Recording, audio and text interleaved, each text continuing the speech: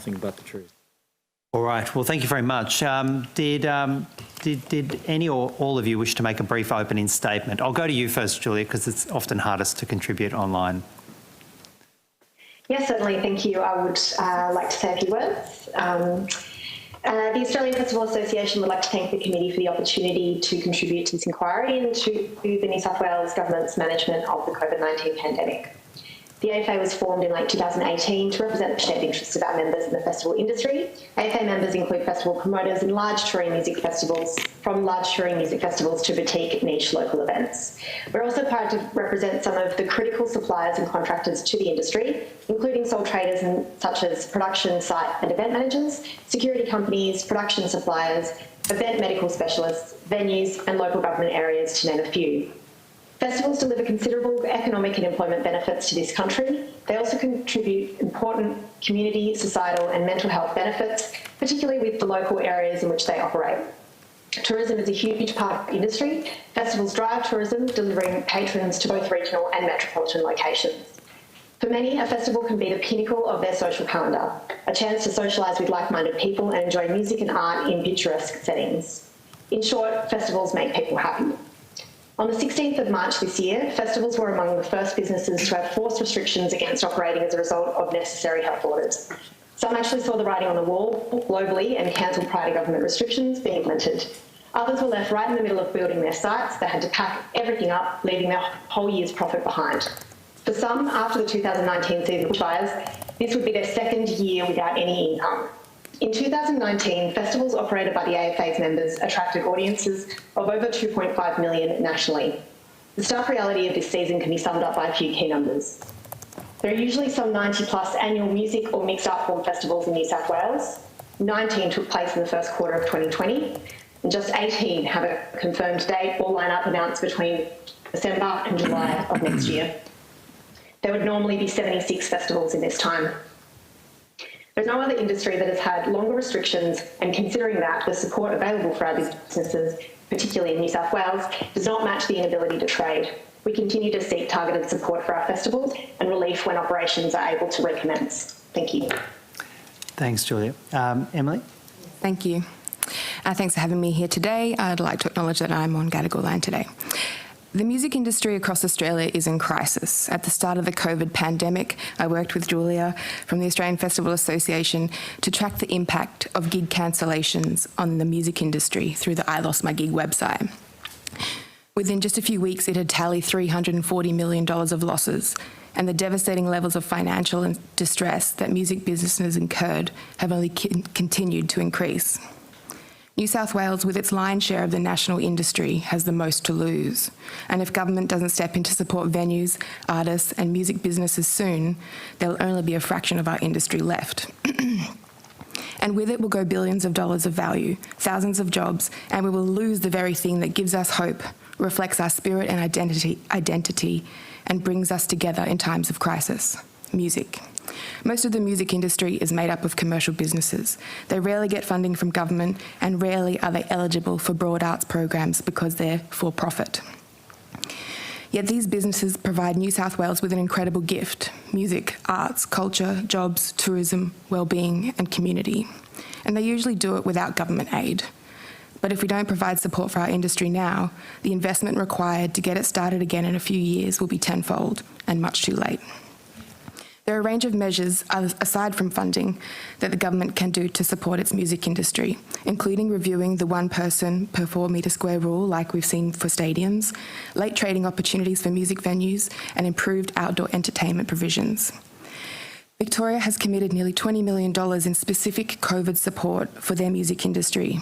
South Australia, Queensland and the ACT have all provided financial support specifically for their music industries. If the New South Wales Government wants to continue to reap the economic benefits of having a thriving industry in its state in the future, it needs to invest. It needs to invest seriously, and it needs to invest strategically, and it needs to invest now. Thank you, Emily. Nicholas, John? I'll make a very quick opening statement. Thank you to the committee for today.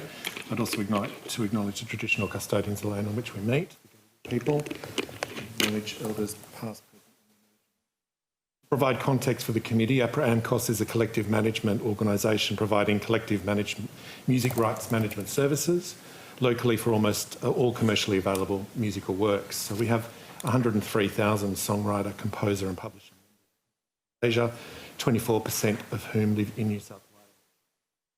Key function in supporting our members, we've developed and invested in a number of core programs to support the career life cycle of our members and importantly the broader music ecosystem.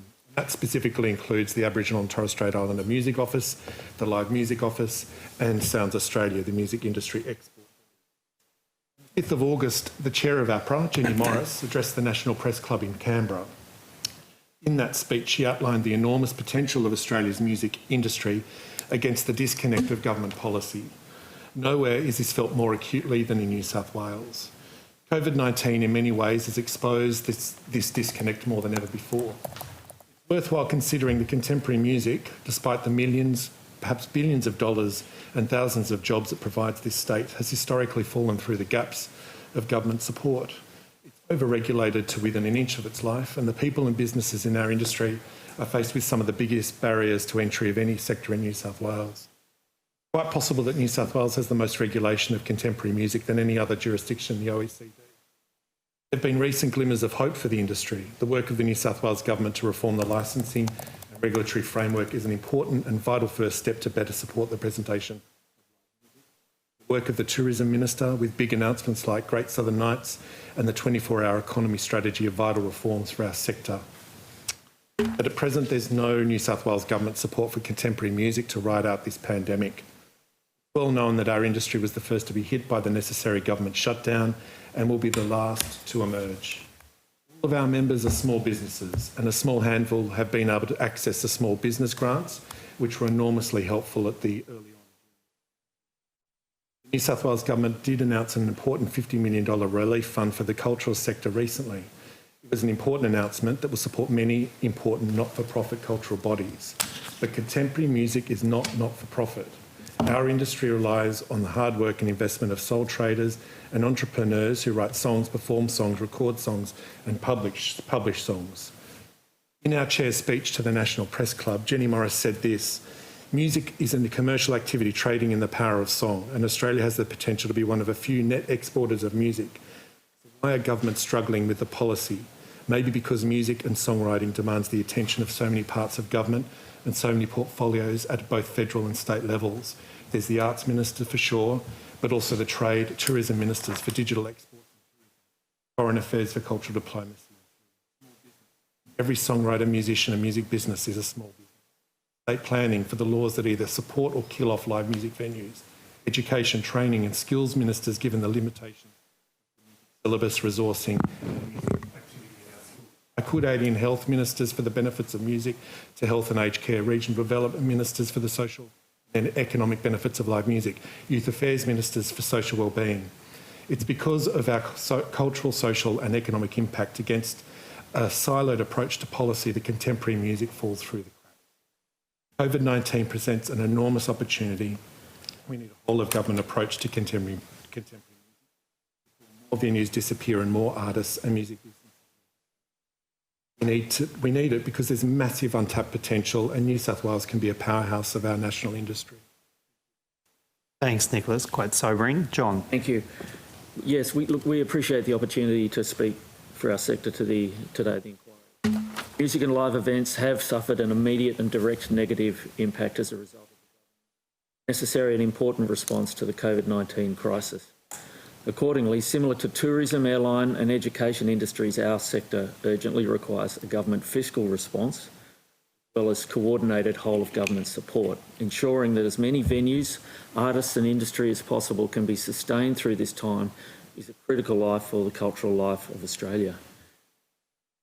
We recognise some of the work the state government's done through this time. This week we saw the 24-hour economy strategy tabled for Greater Sydney.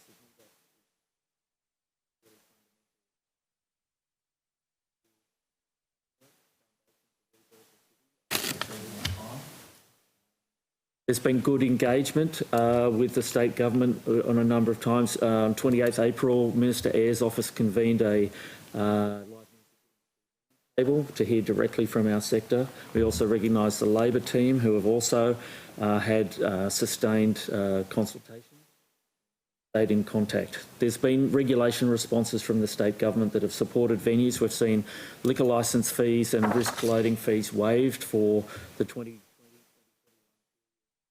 flexible approach to licensed venues for home delivery and takeaway services. These are all helping venues through this time where those concessions funding support, as has been noted. The Great Southern Nights is a terrific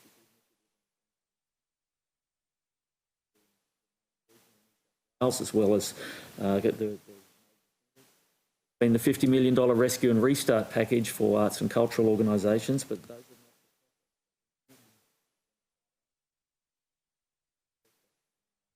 regenerate regional event initiatives. But the challenges, as you're going to hear today, venues are operating on reduced capacity with increased costs, accruing debt, surviving on JobKeeper only with rent relief, and your ancillary music is happening in hospitality industry licensed premises. Primary venues, the theatres, and particularly the nightclubs, they are not able to operate nightclubs. Operating capital is a priority here for these festivals. Face an uncertain future. Freelance musicians are contract workers. They're casuals. They go from gig to gig. Informal situations. They pick up shows. The structures that would support private these sole traders, they're falling through the gaps for many of the initiatives that.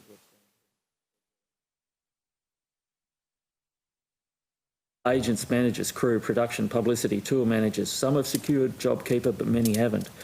Regional and remote New South Wales, bushfire impact regions, where I live down in the Shoalhaven. The artists lost all their work through summer, and then just looking to recovery, COVID hits. And so it's been a sustained period for bushfire impacted parts of regional New South Wales. Music teachers have lost a great deal of work, particularly this term, and I'd like to speak to that if there's time. Regulation is a priority, which has been widely recognised. This parliamentary session, we're going to hopefully see a series of long-awaited better regulation policies presented across liquor licensing, planning and other regulatory frameworks. All of these have been thoroughly considered and recognised, and we'd like to have some reassurance across the political spectrum that these will be supported and progressed quickly. It's a time to be bold. It's a time to get things done. Our industry faces grave uncertainty. I've got a number of references I'd like to table here. One is an industry letter that we provided to the New South Wales Government on the 19th of August. There's some national research that the Live Music Office has done in partnership with Music New South Wales and our state and territory colleagues. There's a letter from music teacher Alex Masso, who is a leading thinker on music education, and also a document from Queensland on music education guidelines that I think if we'd had that in New South Wales in the last month, we could have saved a lot of jobs. Thanks very much to all of you. There's a lot to cover, so we'll try and rapidly move through questions. I'll go to the John Graham from the opposition. Thank you, Chair. Thanks for those observations. I think that's pretty confronting when it comes to jobs in this industry. I might ask first about that question about outdoor performance. There's been plenty of talk about outdoor dining, and that's fantastic. There's been almost zero talk about outdoor performance, but presumably the same principles apply. It's just much, much safer. That might be one of the ways we can get music back. We've heard this morning from the Minister that despite the fact Parliament passed urgent COVID legislation on the 25th of March this year, we might have to wait 6 more months before legislation changes in this outdoor space. When other cities have moved on this already, I'd like to see this in place before daylight saving happens.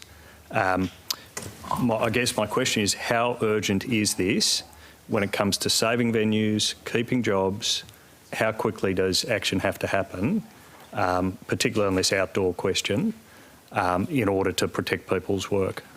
I might start with Julia because, and then we'll work our way through the panel.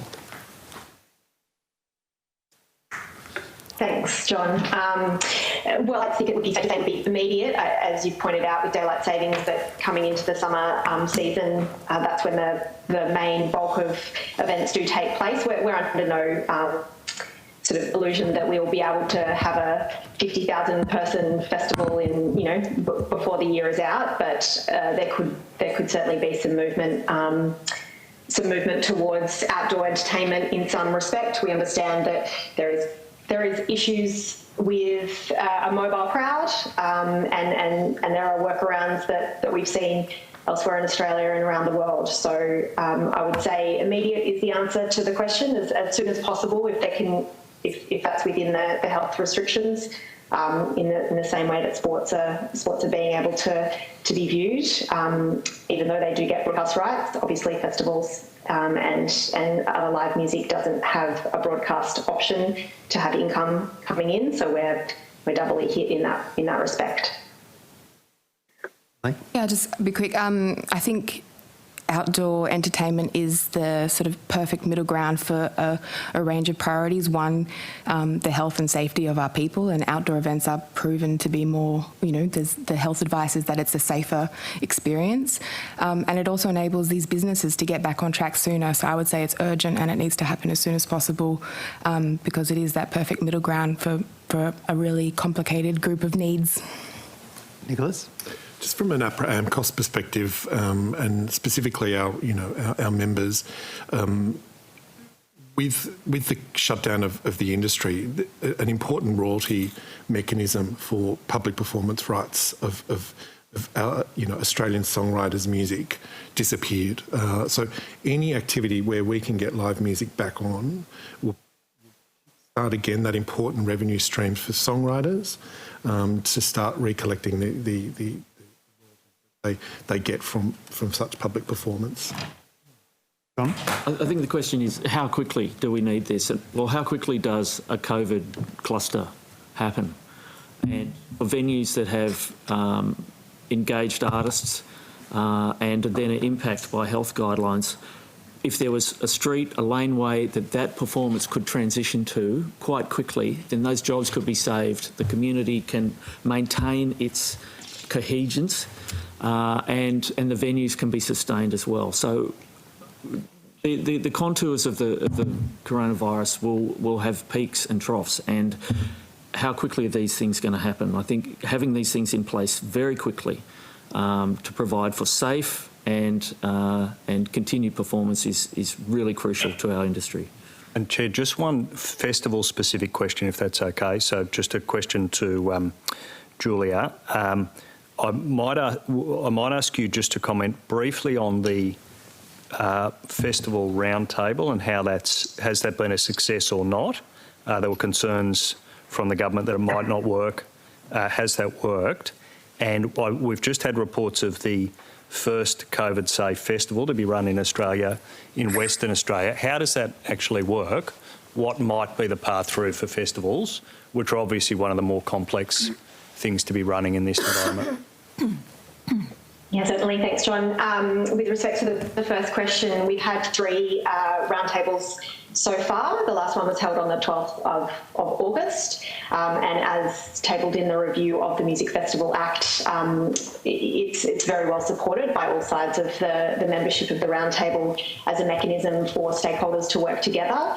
That was, in particularly, it was really important to be able to have that forum on our second meeting, which was on the 25th of May, which had looked to postpone altogether due to COVID, but it was agreed by all members that, in this time, it was a really great opportunity for us to all get together and discuss the crisis that we were all facing. And then come August, we got to sort of further delve into that opportunity, and we were able to table things like our framework, proposed framework to have a COVID-safe event reopen, which New South Wales Health have provided feedback on. We've found the opportunity to work with those stakeholders valuable, I would say. And right now, as we speak, there is a side session happening regarding regulation of music festivals, a bit of a mapping exercise that's taking place right now as a side to the roundtable. So it just goes to show that it was a really needed part of our industry. With respect to the event that you mentioned in WA, we're seeing different types of festival formats popping up across the world, or proposed formats popping up, including notably the platform concert series that was in the UK, which is of course now being re-restricted to not occur. I think there are lots of opportunities like that to investigate. I think it's important to note that settings such as the one that we've probably all seen in Busselton in WA proposed for the 31st of October won't work for every festival type. It won't work for every crowd and audience, but it is an opportunity to investigate some of the ways in which we could operate a COVID-safe event, and particularly an event like that setting in regional areas, I would say, probably has a greater chance of operating, just a number of reasons with sound restrictions and things like that, with a stage in around, and also getting in and out of a site with so many entries and exits in a metro setting might be a bit of a challenge. The fundamental problem, and we recently surveyed our members, and the 100% kind of response rate to the number one problem is the restrictions on the capacity. So we tabled in the last parliamentary inquiry that I appeared at here that you essentially can start making a festival commercially viable once you sort of hit 5,000 people. So as anything that's operating less than that, you might be operating at a loss, and at a time when incomes have already been sort of stricken for 12 months or 6 to 12 months, that would be hard to take on as a risk for a promoter. So I would say, yeah, there are plenty of great opportunities coming out. I guess the main thing to note is that there won't be one option for all, and it's a time to be testing and trialling these things once it's safe to do so. And what we have been asking for a while now is a contingency fund of some description that might help alleviate some of the risks that are associated with putting something on during this time. So if there was further cancellations to occur, that there could be a fund to be drawn upon, because at the moment you can't get insurance to put anything on in a COVID environment. Thanks, Julia. I'll go to Natalie Ward now for some questions. Thank you, Chair. Just checking, can you hear me? I can be a little bit glitchy. No, all good. Terrific. I'll speak to my husband saying he can't hear me. Thank you for each of you coming along and assisting the committee today, for the great work you're doing at this very difficult time. We appreciate it. I wanted to ask about, you spoke about support for the industry and your observations and experiences. I just wanted to ask if we could assist the committee by filling us in on what opportunities each of you have had to contribute to government policy and work with government on this. It would seem from what the committee said today that there's not much going on, but that's, I think, not the case. And I'd just like to understand your experience on working with government and working particularly with Minister Ayres' office. I think he has a responsibility for this, and your ability to contribute and how that process has been undertaken and its regularity. Who wants to kick us off? I can start. Yep. We have had a lot of fantastic support from Minister Ayres and his office. He arranged a meeting at the end of April, pulled together a wide group of music industry representatives to talk about the issues we were facing. And part of a follow-up from that, he asked a group of us to put together a framework for support, which has been presented to his office. So they have been very receptive to listening to our needs and taking that on. We just haven't necessarily seen action as a result just yet, but Minister Ayres' office in particular has been very, very supportive. Nicholas, John, have you had engagement? Yeah, I'd echo Emily's thoughts on that engagement with Minister Ayres' office. He's actually been outstanding in his understanding of our industry and really, getting amongst the weeds and understanding how our industry works. And that's been, really commendable. APRA AMCOS was also invited to be part of the industry working group for the 24-hour economy. And we provided, regular feedback on that strategy, which has been done by his department. And that was released just recently. And we came out, commending that work, which is really, as I outlined in my opening remarks, a terrific step forward, along with the regulatory work that's coming out of Minister Dominello's department as well.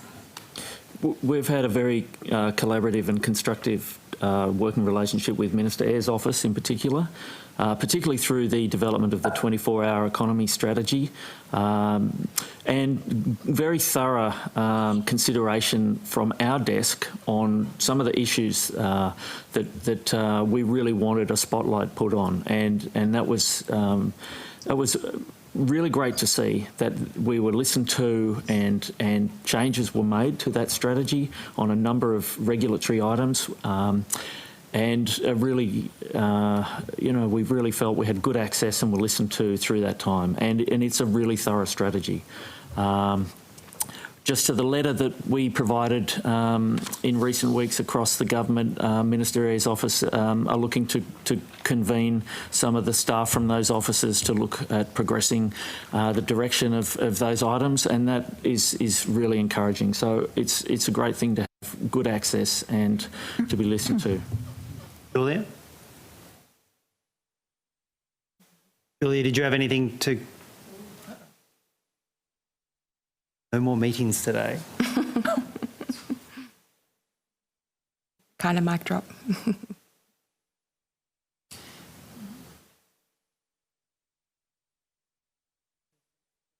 Harvesting thing we were just in had WebEx troubles as well. Right. We had to do that on the phone. Julia, can you hear us? Hi. Yes, I can. Cool. I can now. Yes. Well, we had you dropped out. Was just you missed nothing other than a small awkward pause. Shouldn't it? Yeah, Julia and I seem to be in some private session, and now we're back in. Then We're just having a sidebar. Two things then, Julia. If you would just share with us your sidebar, but then did you have a response to Natalie's question you wanted to put on the record? Just that I would like to echo the rest of the panel. We've had great engagement with Minister Ayres' office and as well with Dominello's, through Dominello's office, and we have also been able to table some papers at the round table, but as mentioned, in terms of, I guess, action as a result of those interactions going, we're going after 6 months now since the restrictions, so it's more about the action as opposed to the consultation. Natalie, did you have a... Yeah, I've got two follow-ups, if I may, Chair. Just on that, so particularly on the festivals and small-scale music venues, I understand they're on the agenda. Is that correct? And can you just tell us a bit about that? I think that's being addressed or put forward to the Events Task Force. Is that your understanding? Actually, my understanding of the Events Task Force is I've sent letters to both Dominello and Ayres' office to in some way be involved in that process, but I haven't involved at this stage, so I won't be able to comment. Okay. I think others have, though, and that might be progressing, or might be going back to about a different event types is what I'm saying. There was talk of sort of one fits all strategy, and I don't think that's the case. I just want to understand that a bit better about how we're looking at different types of events and with industry. Do you mean my comments about that just now? Yes, so that was just about looking at the different types of events that are happening across the country, and just a general comment from our members on seeing that event that's scheduled to take place in Busselton is that that's a great prototype for that location in that context, but it won't work everywhere. It doesn't. It won't be a one-size-fits-all approach to finding a COVID-safe type of festival. That's fair. I think in response to what you had submitted, that has been put to the task force. That's been communicated to you, hasn't it? That's been sent on to the task force to be to be assessed? That is, that different type of events will be looked at as soon as possible. Not specifically in response to my request to be a part of that task force, no.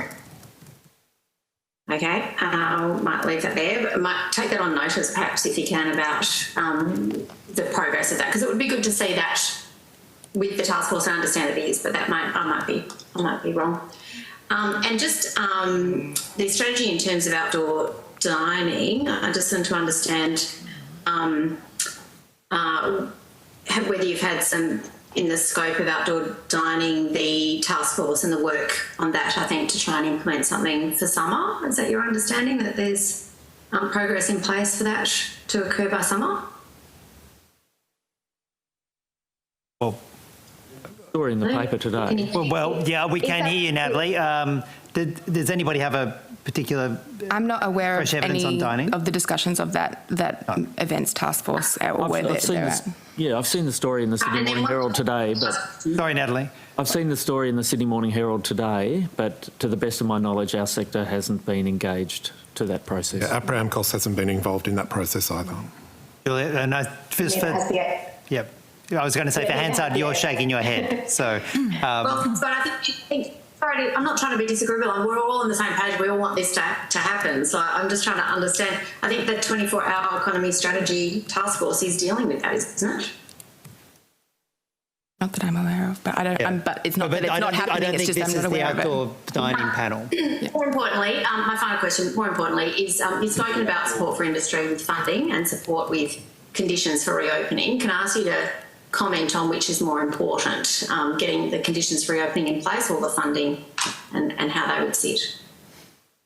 We might start with you, John, and then we'll work across. Well, we can have conditions reopening, but if there's no businesses operational, then there'll be no activity, there'll be no jobs, and there'll be no music. Operational capital is fundamental to these businesses now to sustain them through this period. There's lots of programs happening from the federal government and state governments, but it's operational capital that's critical at the moment. The Victorian government have the $15 million live music venues program, which is specifically to provide immediate operational costs around insurance, rents, all of these things to keep the doors open. South Australia, I was part of the panel for the $1 million contemporary music industry support through their music development office, and that provided a range of support across a broad range of industry professions and activity. Queensland has had good funding. ACT have got $10,000 home front grants. These are the types of things that we really need in New South Wales, but primarily for the venues, operational costs, absolutely. Otherwise, they won't be with us for much longer. Emily?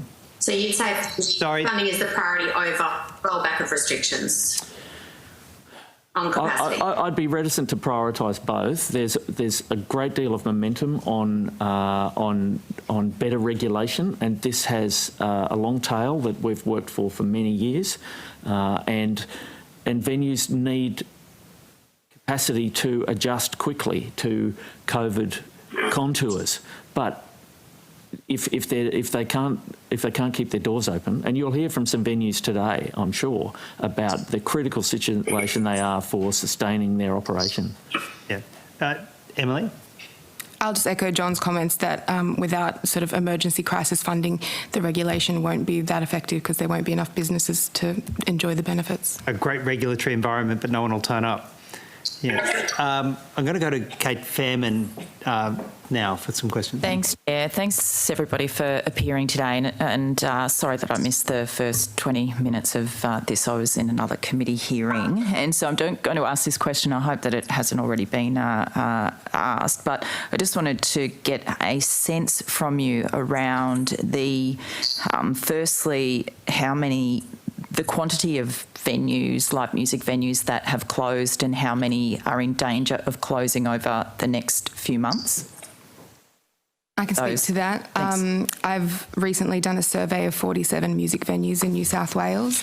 85% of them say that if they don't see changes soon, both in the form of financial aid specifically and changes to restrictions that enable better viability for their businesses, will lose about 85% of them within the next 6 to 9 months. 85% of businesses lost live music venues within the next 6 This is venues specifically, not just music businesses, that they really worry for their future if we don't see some immediate change. Can I get, just to explore the financial assistance a bit more, do you do things like survey them for whether, for example, how many are in debt? Yep. Now, could you talk to that as well?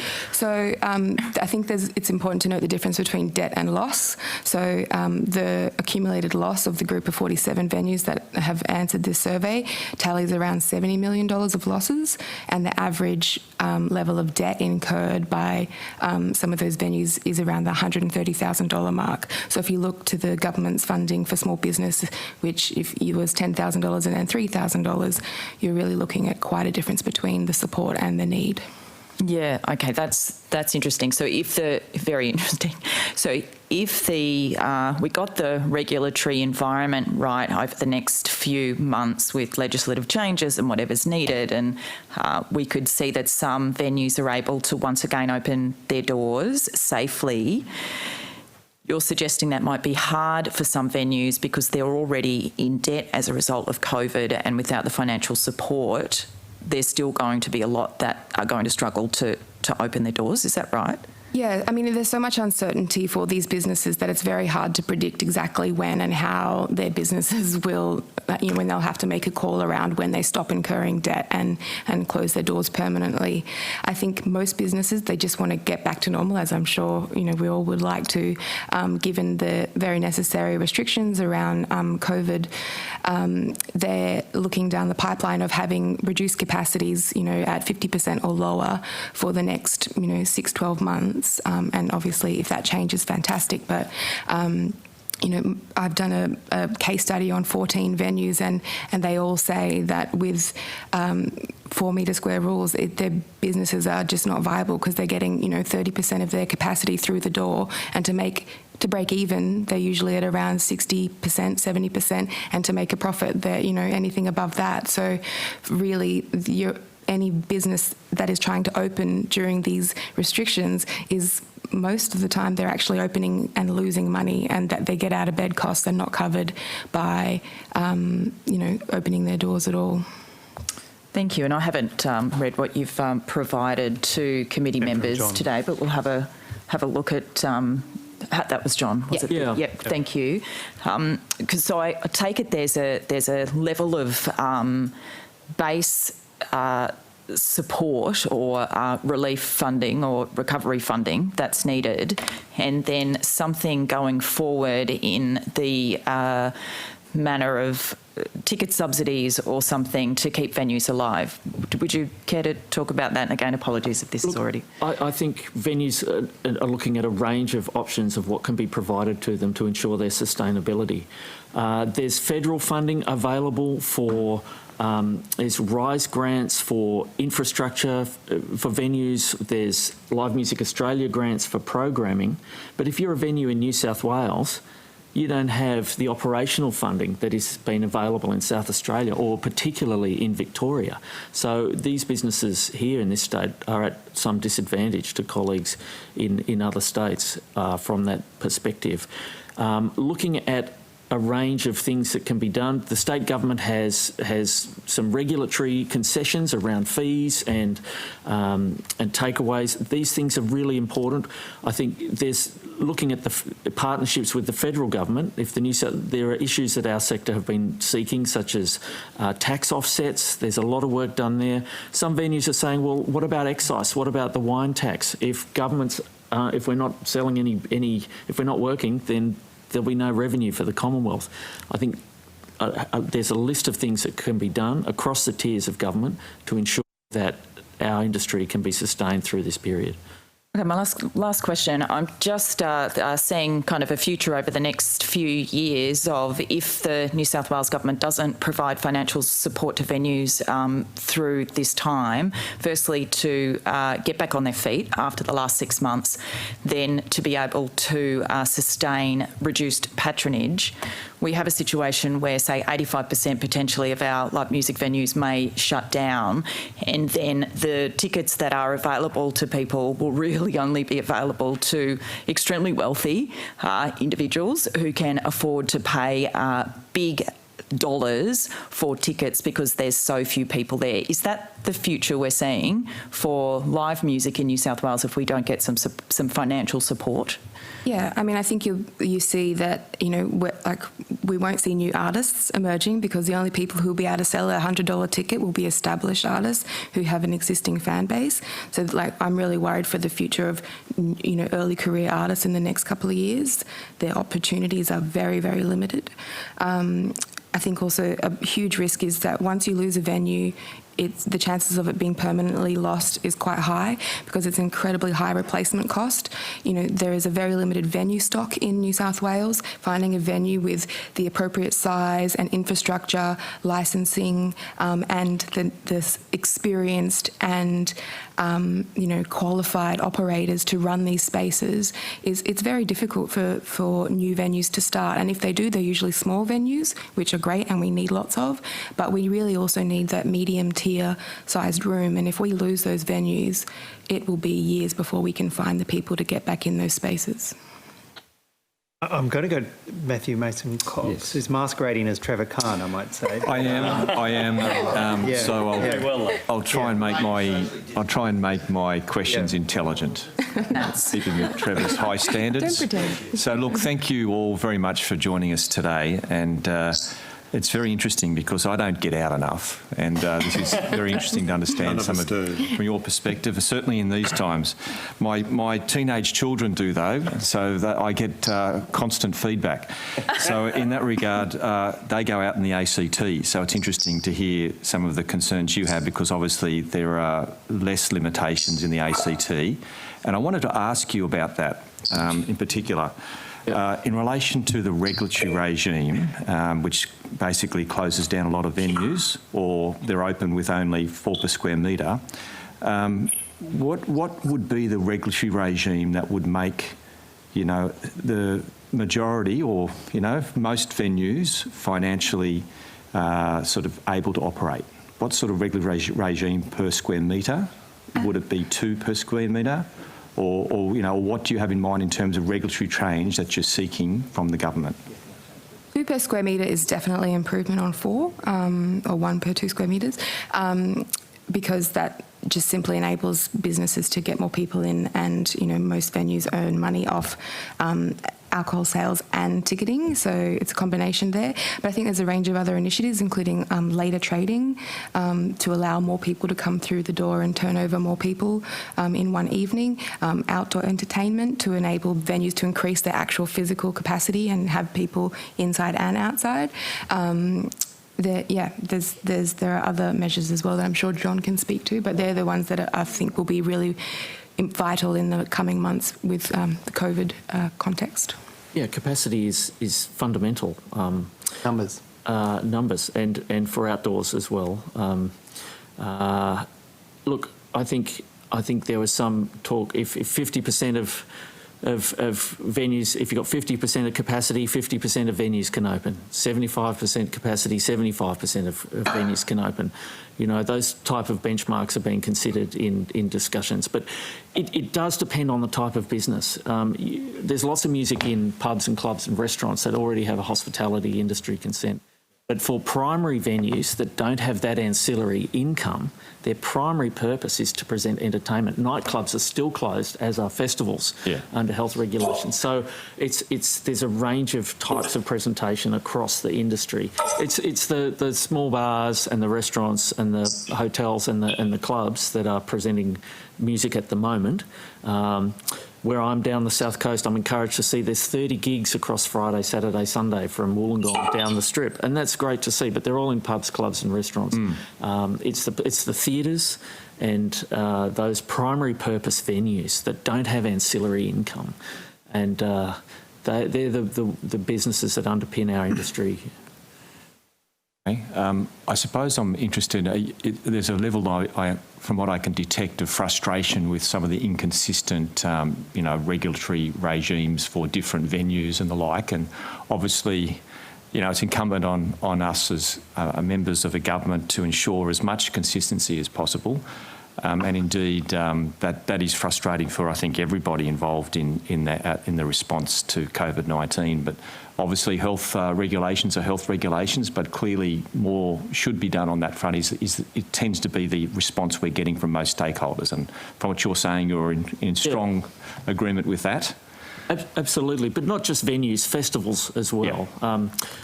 I've got correspondence here, but from the Dashville Festival between Singleton and Maitland. They've got an event that they're hoping to have in early August. They were a large festival, but they looked at what they could do, and instead of having a 3-day event, they said, OK, let's put on some concerts. Let's have some shows instead, and we'll live stream it. So from 2,000, we'll have 200 capacity, we'll stream it, and we'll do it over a number of days. But they're still being considered as a festival, not as an event. Yeah. So OK, some flexibility would be worthwhile. Right. OK. Right. So who was that, John? Just to, which was that? Yeah, that's the Dashville Skyline event. Look, they had to cancel their event earlier this year, and then they're saying, OK, so what can we do to transition our business to ensure we can be sustained, our artists can have jobs, we're contributing to the local community. I've got 6 pages of correspondence in the last few weeks between the police and the council. I won't table them, but it's just frustrating time for these people because they're supposed to put on the gigs in 2 weeks and they still don't have a resolution.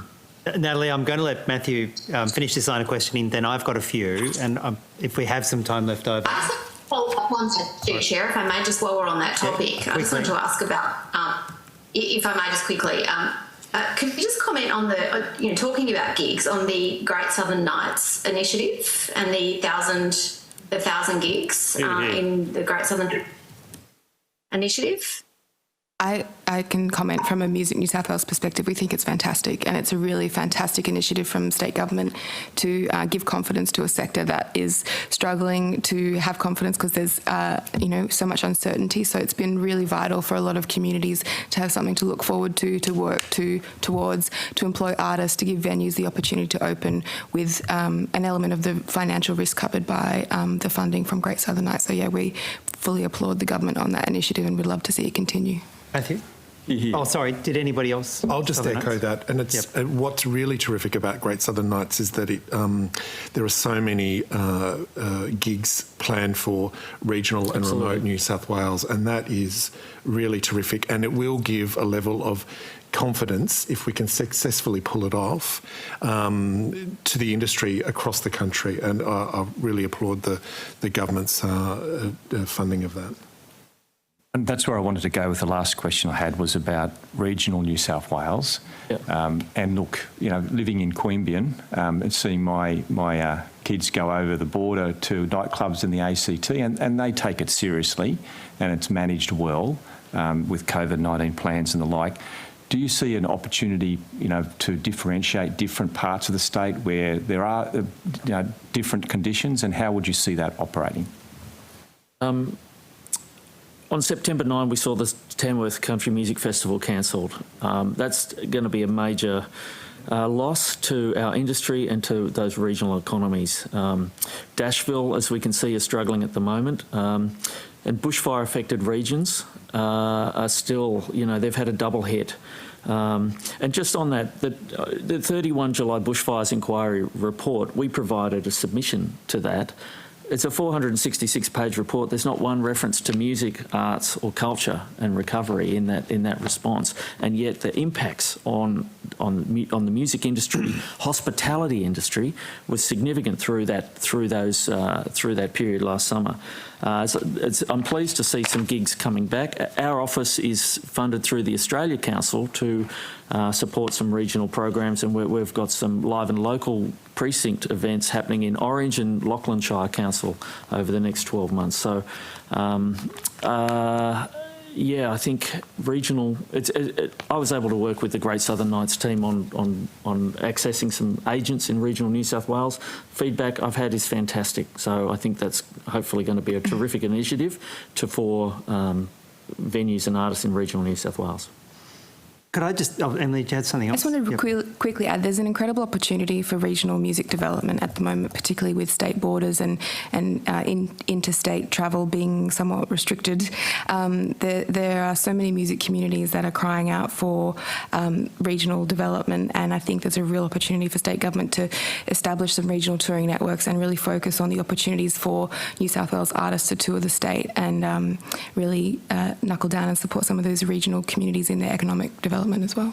And local councils having a key play in that and Key having part a of it. funding pool where they can promote that sort of regional tours. Do you think? Absolutely vital. It's a really big opportunity with the way that, you know, consumers are potentially likely wanting to have safe engagement with culture, to have a real hyper-local approach to it. And that's both regionally and out of metro as well. So, you know, there's a lot of that reflected in the 24-hour economy strategy, but that could be statewide to really, you know, reflect the demands of audiences and the needs of music makers and music businesses. Could I just get to the kind of nuts and bolts about, you know, where we're now in mid-September?